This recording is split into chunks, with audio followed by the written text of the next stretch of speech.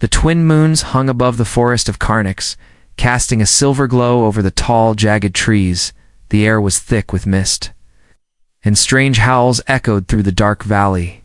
Every living creature stayed close to its shelter, for this was the time when the Vorkwal hunted. Taryn crouched behind a thick root, her dark eyes wide with fear and curiosity. She had never come this deep into the predator zone before. No one from her village did. The elders said only fools or the dying stepped into the forest after moonrise. But tonight, she had followed something, or rather, someone, a human, she, had spotted him hours ago, walking boldly into the woods like he owned them. No armor, no weapons, like her people used. Just a long black coat, a strange metal pack on his back, and a calm face. At first she thought he was lost. But then he started setting up something on the forest floor, silent, smooth like a ghost. Now hiding in the shadows, Taryn watched. In disbelief as the human placed strange items around a clearing, he moved with confidence like he knew the forest, like he wasn't afraid of what hunted here. He was humming, softly, like he didn't know death was close. Suddenly, there was movement in the trees. A low growl rumbled through the fog. The Vorkwal had arrived. The beast was massive, four-legged with blade-like claws and glowing red eyes. Its skin was thick and dark, blending into the night. Every story Taryn had ever heard said the Vorkwal was untouchable. No blade could pierce it. No trap could hold it. It killed for sport, not hunger, and now it was walking straight toward. The human Taryn wanted to scream, but her voice stuck in her throat. She didn't know this man. But no one deserved to die like this. She thought of running. But her legs refused to move. Then, something impossible happened. The human didn't run. He didn't scream. Instead, he took a small silver rod from his coat and pressed a button.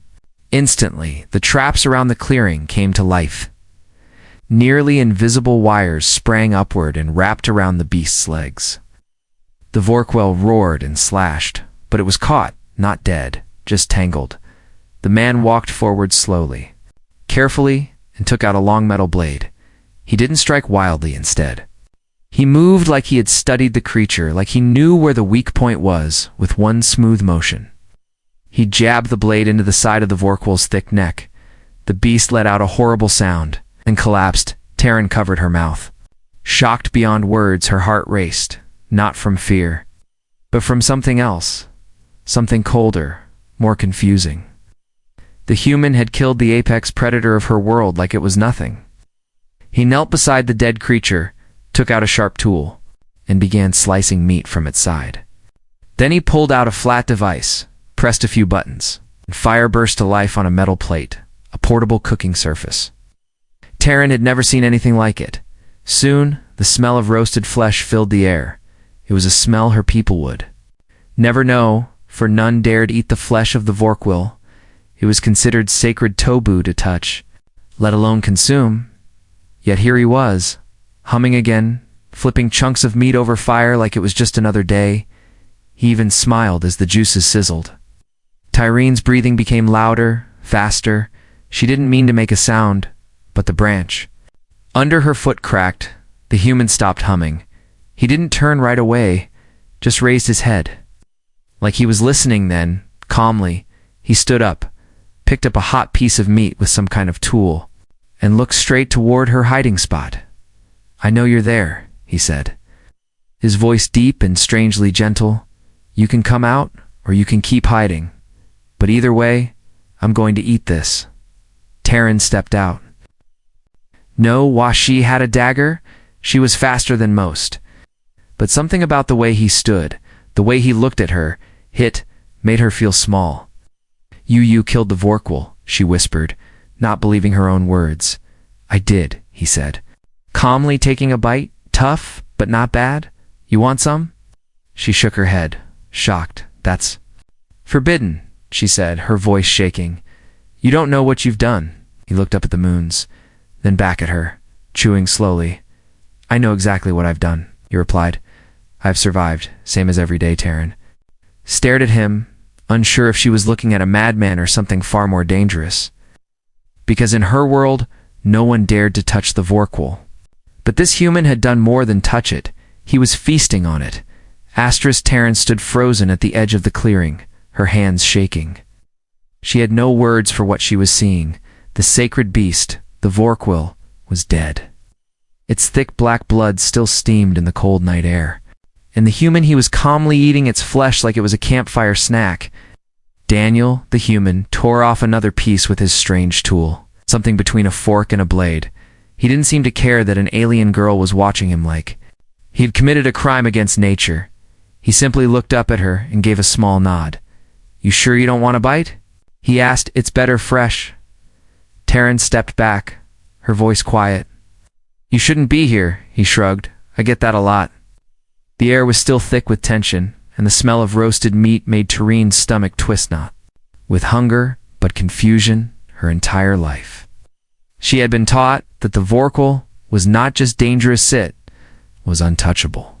It was the mountain's wrath, the forest's protector, and the tribe's unspoken god. No one hunted it, no one survived it. But now it was lying dead before her. Daniel sat cross-legged beside the fire, warming his hands. "You're not from around here, are you?" he asked without looking at her. "I live in the village beyond the cliffs," she said carefully. "You're lucky I found you, or the tribe would have killed you by now." Daniel raised an eyebrow. "For hunting?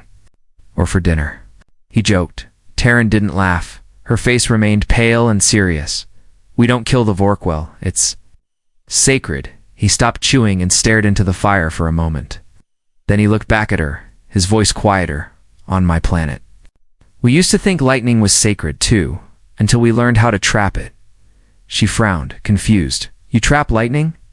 "We did. We made it power our cities, light our homes, cook our food," he replied. "You fear this beast because it kills. That's fair, but fear can't rule you forever."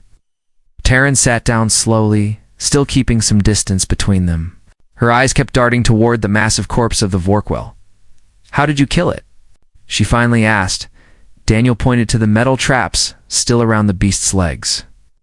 "You just have to study what you fear, and then you find its weakness." His voice wasn't proud or arrogant. It was calm, honest, like he wasn't trying to impress her. He was simply explaining something he had learned over time. "Humans were never the strongest on Earth," he said. "We didn't have claws, fangs, thick skin, but we had minds, fire, and the will to survive. We outsmarted the beasts." Taryn looked at him differently now. She had thought of humans as strange, clumsy outsiders who barely understood this planet. But Daniel didn't just understand the forest, he had challenged it and won. He offered her a small piece of meat again. "You're hungry. I can hear your stomach from here." She hesitated, her hand trembling as she reached for it. It felt wrong. She was raised to never even look directly at the body of a Vorkwil, and now she was about to taste it. But something in her shifted. Some part of her wanted to understand what made this man so fearless. She took the piece and bit into it. The flavor was strong, wild, unlike anything she had tasted before. It was not just meat. It was a message that the world she knew could be challenged, that fear could be broken. "You're insane," she whispered. Daniel smiled. Probably they sat in silence. For a while, the fire crackling between them. Above them, the stars turned slowly. And in the far distance, the call of another Vorkwil echoed in the valley. It was louder this time, closer. Daniel stood and picked up a small scanner from his pack. "Another one's coming." And not just for a stroll. Taryn jumped to her feet, alarmed. "We have to hide, or run." He shook his head. "No point. It'll smell the blood. It's already tracking us." She stared at him, panic in her eyes. "Then what do we do?" Daniel looked at the massive corpse behind them, then back at her. "We prepared dinner for two." She blinked, not sure if he was joking or mad. "You want to kill another one?" He gave a small grin. "Let's see if this one tastes better." And just like that, Daniel began resetting his traps, calm as ever, moving through the forest like he belonged there. Taryn didn't move. Her heart beat like a drum, but deep. Inside her, something new had awakened. Something dangerous, for the first time in her life. She didn't want to run from the beast. She wanted to watch it fall. By morning, smoke still rose from the ashes of Daniel's small fire. The scent of roasted Vorkwil meat had drifted far too far. Taryn knew the wind had carried it back to her village. She could feel it in her bones. Her people would come looking. She walked beside Daniel as they moved through the forest, their feet silent on the mossy ground. Daniel seemed relaxed, whistling a strange tune while checking his metal gear. Taryn, on the other hand, kept glancing over her shoulder. "They'll come for you," she said finally, her voice tight. Daniel raised an eyebrow. "Your tribe?" "Yes," she whispered. "You broke the oldest law. You killed the sacred beast and I ate it." Daniel didn't stop walking. "You're still alive. It's more than I can say for the beast." Taryn didn't smile. There was no humor in her heart. Her people didn't forgive things like this. They feared the Vorkwell more than they feared death itself, and anyone who disrespected it was seen as cursed. As they reached a small ridge, Taryn paused and looked down toward the valley. Her village sat quietly under the rising sunstone huts, smoke rising from cook fires. Near the center, the tallest structure, the Elder's Temple, she felt her chest tighten. "They'll send Cather." Daniel finally turned to look at her. "And who's that?" "Our tribe's enforcer," she said. "He speaks for the ancestors. He's strong, merciless." Daniel to the old ways. Daniel pulled out a metal rod from his belt and checked its energy level. "Then we better finish breakfast quickly." But before they could move again, the sound of drums echoed through the forest slow. Heavy and angry, Taryn froze. "They're already here," she whispered. Within moments, 6 figures appeared through the trees. Their armor was made of bone and hide, their faces painted with the red dust of the sacred cave. At the front was Cather, tall, wide-shouldered, with a thick scar across his chin and a massive axe made from Vorkwell tooth in his hand. He spotted Taryn and narrowed his eyes. "You led us here?" "No," she replied quickly. "I came to warn him. He didn't know he knew." Cather's voice boomed. "He knew and still cooked the beast as if it were nothing. This human mocks our ways, mocks the gods." Daniel didn't flinch. He stood calmly behind Taryn, not mocking, just hungry. Cather stepped forward. "And you," he looked at Taryn, his voice like thunder. "You ate the flesh. You were unclean." Torian's lip trembled, but she stood straight. "I am not unclean. I am unafraid." A murmur went through the hunters. Some shifted their feet, unsure. Cathar's eyes narrowed with fury. "She speaks. With a poisoned tongue," he growled. "The human has broken her mind. We must return them both, one for punishment, one for offering." Daniel slowly walked forward between Taryn and the warriors. "I don't like the sound of either option," Cathor raised his axe. "You have no say in this, outsider." Daniel lifted his hands. "Not in surrender, but in invitation." "Then let's do it your way," he said. "If your law is based on fear, let's test it. Let's see who fear obeys today." The challenge was clear. Cathor grinned with sharp teeth. "You challenge me? You a soft-skinned wanderer?" Taryn stepped in front of Daniel, her voice steady. "He killed a Vorkwell with no help. What have you done, Cather?" "Slaughtered goats." Cathor's rage boiled enough. He roared, "We return now, or we fight here." Daniel leaned close to Taryn and whispered, "How sacred is it to bleed on holy ground?" She gave him a sharp look. "Not good," he nodded. "All right then," and tossed a small flash grenade at Cather's feet. There was a loud bang, a burst of light, and the hunters shouted in shock. Daniel grabbed Taryn's wrist and pulled her into the trees. They ran fast, ducking low through bushes and jumping across fallen logs. Behind them, Cathor roared orders. The tribe's wrath had been lit now. It burned through the forest after what felt like hours. They stopped to catch their breath near a dry riverbed. Daniel's chest heaved, but his face stayed calm. "That went well," he said dryly. Taryn looked at him with wide eyes. "They won't stop now. You've humiliated Cather. He'll hunt you until he has your head, or your heart." Daniel picked up a stone and tossed it into the dirt. "Let him try." Taryn crouched beside him, breathing hard. "We can't run forever." Daniel looked at her, his voice suddenly serious. "Then maybe it's time to stop running." She blinked. "What do you mean?" "I mean, we show them what happens when you stop fearing monsters," he said. "It's time they learn what humans are made of." Asterisk. They camped beneath a twisted tree with roots like claws and bark as dark as ash. The stars above blinked through. A thin layer of clouds and the fire between them glowed low, silent and warm. Taryn sat with her knees pulled close to her chest. Her eyes lost in thought. Her tribe had declared her tainted, her protector hunted by Cather, and her entire belief system had been shattered in a single night. Daniel sat across from her, sharpening a small blade with slow, careful strokes. He hadn't spoken much since their escape, but now he looked at her and said softly, "You're thinking about them, aren't you?" Taryn didn't look up. "They called me unclean. I've lived by their rules my whole life. I honored the Vorkwell, feared it like they taught me. But I touched its blood, I ate it." Daniel nodded. "And you survived." She frowned. "It's not that simple." He tossed a twig into the fire. "It never is, not at first." There was a pause, only the sound of distant insects and the soft crackle of burning wood. Then Daniel spoke again, this time slower, as if each word carried the weight of memory. "Back on Earth, we feared everything too," said. "The dark, the wild, thunder, animals bigger than us, sharper than us, faster than us. We were prey. Always hunted, always hiding." Taryn looked up at him, eyes wide. "But now you're not?" He smiled. "Now we're at the top. But it wasn't always that way. We didn't get stronger. We got smarter. We learned to think like the things we feared." She tilted her head. "You studied your predators?"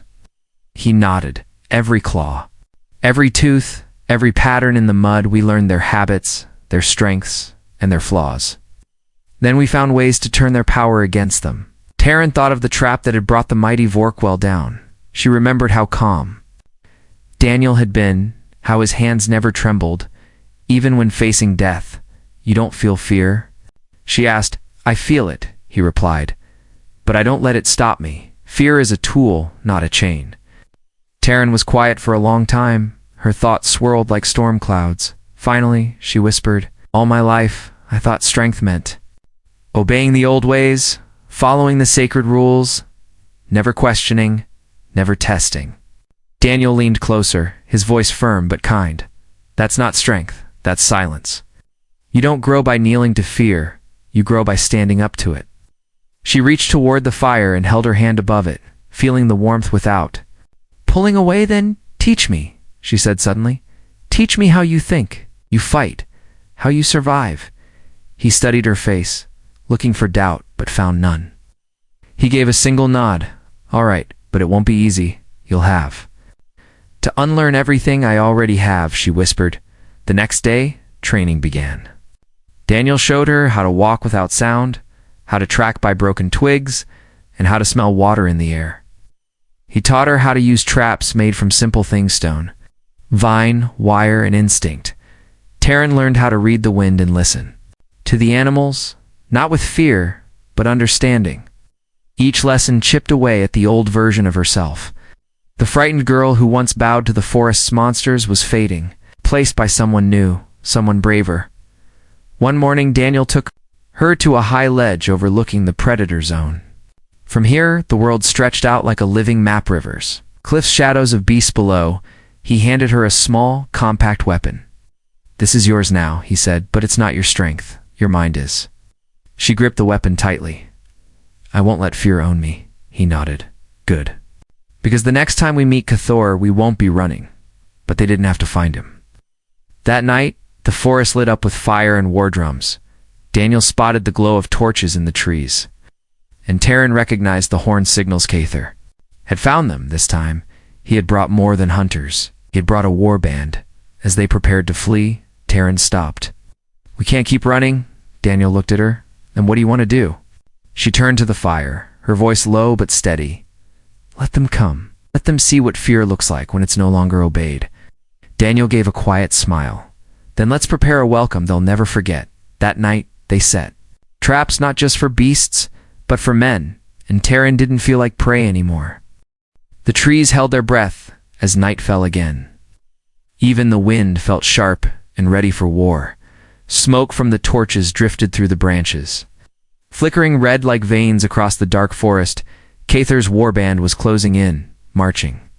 With heavy steps and louder hearts, They thought they were chasing prey. But Daniel and Taryn were not running. Not this time. They crouched in a narrow gorge where the forest dipped into a natural bowl of rock and mud. Daniel had chosen this spot. Carefully one path in, no easy path out. He placed traps along the trail pressure wires, snare loops, smoke bombs, and sharpened spikes, hidden beneath dead leaves. Taryn moved beside him, hands quick and focused. She no longer asked questions. She understood now that fear wasn't something to run from. It was something to aim when. They enter this clearing? We wait, Daniel whispered.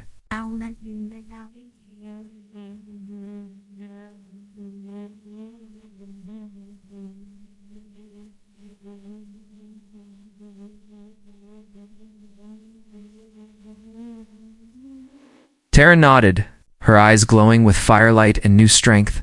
Let them walk in like gods, she said. We'll show them they bleed like animals. The drums stopped just before midnight. Then came the voices, low and angry. Hunters moved through the trees, their footsteps heavy with purpose. At the center was Cathor, wearing fresh red paint over his face and chest. His axe hung from his back like a shadow of death. They are here, Taryn whispered. Watching from the rocks above the clearing, Daniel pressed a button on his small device, and one of the snare traps snapped to life, catching a hunter by the ankle and yanking him upward into the trees. The scream echoed loud through the woods and chaos followed, ambush. One of the hunters shouted. Flames burst from a smoke bomb Daniel had tossed near the path, covering the area in thick gray clouds. Through the mist, figures stumbled, traps sprung. Confusion spread like wildfire. Taryn leapt from the rock ledge, landing on one of the confused warriors and disarming him in a blink. She moved faster than she ever had before, ducking, striking, rolling into shadows. Daniel followed with calm, precise moves, stunning two more warriors with a pulse stick, and dragging them from the fight. Cathor bellowed, "Face me, coward human! Stop hiding behind tricks!" Daniel stepped into the firelight, blood on his jacket but calm in his eyes. "Oh, no more hiding," he said. "Let's finish it." Cathor charged like a beast, his massive axe slicing through the air.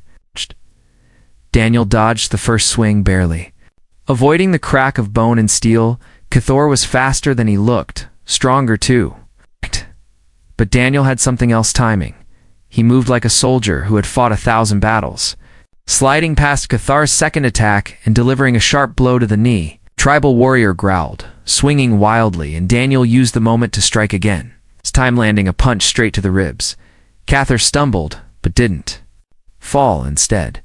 He slammed his axe into the ground, creating a small shockwave of dirt and rock. It knocked Daniel back just enough to leave him open. The blade came down, but it never touched him. Taryn appeared from the smoke, throwing her body into Cathor's side. Ah! The two tumbled into the dirt, Cathor growling like a beast, and Taryn yelling in pure fury. She stabbed her blade into his shoulder. Not deep but enough to draw blood, he roared, flinging her off. "You betray your blood." "I found something stronger," she spat. "I found truth." Daniel stood now, bruised but steady. He looked Cathor in the eyes. "This fight was never about gods or laws. It was always about fear, and you let it rule you," Cathor charged again with a wild cry, but this time he was slower. He was hurt, angry, and unbalanced. Daniel moved under the swing and delivered the final strike, a metal rod straight to the side of Cathor's head. It sparked, and Cathor collapsed. Like a fallen tree, silence fell over the forest. The remaining hunters stood frozen, seeing their leader lying in the dirt, defeated by the very thing they were taught to mock. A human Taryn turned to them, her voice loud and clear. "He feared nothing, and I feared with him. We faced death, and didn't kneel. Why should you?" One answered, because they had no answer. Daniel walked over to Cathor's weapon, picked it up, and handed it to Taryn. "It's not his anymore." She looked at the blood-stained axe, and then at Daniel. "Then what do we do now?" He looked at the stars above, then back at the uncertain warriors in the trees. "We teach them," he said, "how to stop being prey." Cathor's body lay still under the broken moonlight. His chest rose and fell slowly, breath still inside. Him but his power, his fear, his rule all gone around the battlefield. The warriors of the tribe stood in silence, their torches flickering, their weapons lowered. They had come to punish a human, now they stared at one in shock. Taryn stood at Daniel's side, holding Caitharus' axe in her hand. Its handle felt strange, too heavy with history, too light with fear. The symbol of their belief now rested. In the hands of the one they once called unclean, one of the younger hunters stepped forward. "Is he dead?" "No," Daniel said, wiping blood from his mouth. "But the old ways are." Murmurs rippled through the crowd. Some backed away, others stepped closer, unsure which path was safer, returning to the rules they had always followed or listening. To the man who just beat a legend, Taryn turned to face them all. "He told me the Vorkwall was a god," she said, nodding toward Caithar. "But I watched a man kill it, not once but twice, and not with worship, but with courage. Courage is not blasphemy," Daniel added, his voice calm but sharp. "It's choice. You've lived too." Long bowing to monsters real or imagined, elder stepped forward, an old woman named Vina, her silver braids hanging like river vines. Her voice trembled with age, but her eyes were sharp. "And what happens when we throw away fear? Who protects us then?" Daniel looked at her. "You do?" The answer struck harder than any blow. The crowd shifted, the wind moving between them like it carried something old away. "But fear kept us alive." One hunter shouted, "Fear of the Vorkwall, fear of the gods. It gave us rules. It gave you cages," Terrence snapped. "We were never living. We were hiding, worshipping a beast that never knew our names. Feeding it with silence, calling our chains sacred." Another warrior dropped his spear, the sound of it echoing like thunder through the clearing. Slowly, more followed, lowering blades, removing face paint, loosening armor that had once marked loyalty to the sacred law. Caithar stirred, groaning as he woke. His eyes fluttered open to see a circle of his warriors, but none came to help him. Taryn walked over and knelt beside him. "You told me?" "Fear made us strong," she said quietly. "But it only made us blind," he growled. "They'll forget. I'll crawl back to fear." Taryn looked around, saw the change already blooming like fire in dry grass. "Not this time." Daniel stood atop a stone, facing the gathered tribe. "I won't lead you. I won't be your god. But if you want to learn, I'll teach you how to fight, how to survive, how to live without kneeling." Some nodded slowly, unsure but curious. Others turned and walked away into the dark, clinging to the old stories, but no one raised a weapon. Vina stepped forward again, her voice firmer now. "Then let it be tested." "A final trial," Taryn raised her eyebrows. "Another fight?" "No," Vina said. "A hunt. One last Vorkwall lives near the southern gorge. The largest, the oldest. Kill it or leave it, your choice. But if you return alive, we will listen."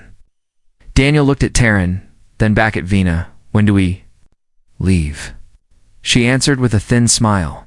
Now, the southern gorge was a place few had ever seen, and fewer returned from. It was where the Vorkwall made its den, the beast they called the Great One, older than the forest itself. Bones like stone, rage like fire. Taryn and Daniel moved silently through the cold, each step toward the gorge heavy with risk, yet neither hesitated. They carried no tribal armor, no sacred blessings, only steel, fire, and their minds. When they reached the gorge, the air was heavier, thicker with death and old stories. The trees were bent from claw marks, bones scattered near the edge like warnings. And then Nit came. The great Vorkwall emerged from the cave. Larger than any before it, its breath fogged the air, its red eyes glowing like twin suns. It roared once and the entire forest shook. Taryn felt her legs tremble. Instinct screamed at her to run, but she remembered Daniel's words. Fear is a tool, not a chain. She raised her weapon. Daniel moved to her side, and together they charged. The ground shook beneath their feet as the great Vorkwall charged.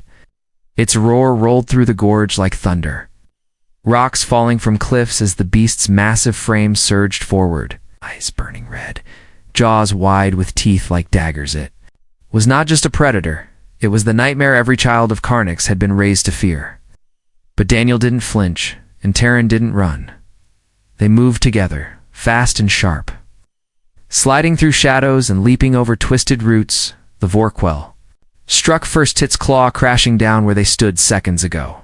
Dirt exploding into the air, Daniel rolled left, pulling a flash device from his belt. He slammed it against a stone and threw it straight at the beast's face. It detonated with a blinding flash. And the Vorkwell screamed, stumbling back as smoke curled around its head. Taryn moved in, slashing across its flank with her blade. Sparks flying where it hit thick hide. The beast turned, swiping at her. But she dropped low and rolled past its tail. Daniel leapt onto its back. Driving a metal spike into its shoulder, the Vorkwell roared and twisted, but Daniel held on, placing more charges along its spine. He jumped off just as the last one locked in place. "Now," he shouted. Taryn raised her arm and fired a small pulse shot into the nearest charge. It triggered the chain. A thunderous boom tore through the gorge. The beast screamed, crashing into the stone wall. Dust, rising like fog. Then it slumped forward, wounded. But still breathing, Taryn stepped forward, her heart pounding. Her hands shook not from fear, but from something deeper. Decision being made inside her soul. "This ends now," she said. She climbed onto the beast's head, its glowing eyes watching her, still proud, still dangerous, but fading. She raised her blade and looked into those eyes one last time. "You are no god," she whispered, and drove the blade deep into its skull. The beast gave one last breath, slow and heavy, then it fell still for a moment. There was only silence. Then the wind picked up, and it felt different, lighter. Daniel approached quietly. "You did it?" he said. "No," Taryn replied, breathing hard. "We did it." They left the gorge at dawn, the rising sun casting golden light through the trees. The body of the great Vorkwell lay behind them. No longer a myth but a memory. When they returned to the tribe, the villagers gathered with wide eyes and silent mouths. Even the elders stepped back when they saw the dried blood on Taryn's hands. And the quiet pride in her eyes. Cathor sat among them now, no longer feared. Just a man with old stories and no power to give them weight. Taryn stood on the high, rocked beside Daniel. Her voice was calm, but it carried through every tree and ear. "We hunted what you feared most," she said, "and we lived, not because we bowed to it, but because we faced it together. You told us fear kept us safe," she continued, "but it only kept us small. Now we choose something else. Bravery, knowledge, and a life where we don't worship monsters." Daniel stepped beside her, arms crossed. "We'll teach any who wish to learn, but no more bowing to claws and shadows." The people looked at one another, some afraid, others inspired. Slowly, one by one, they began to nod, not because they were told, but because they believed. The old fear had broken. A new fire had taken its place that night, for the first time in Carnix's long memory. They lit fires not for protection, but for celebration. Songs were sung, not of gods or beasts, but of a human and a girl who had changed everything.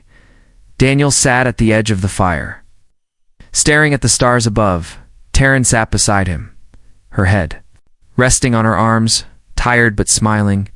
"Will they remember us?" she asked. He nodded slowly. "Maybe not our names," he said, "but they'll remember the day fear fell."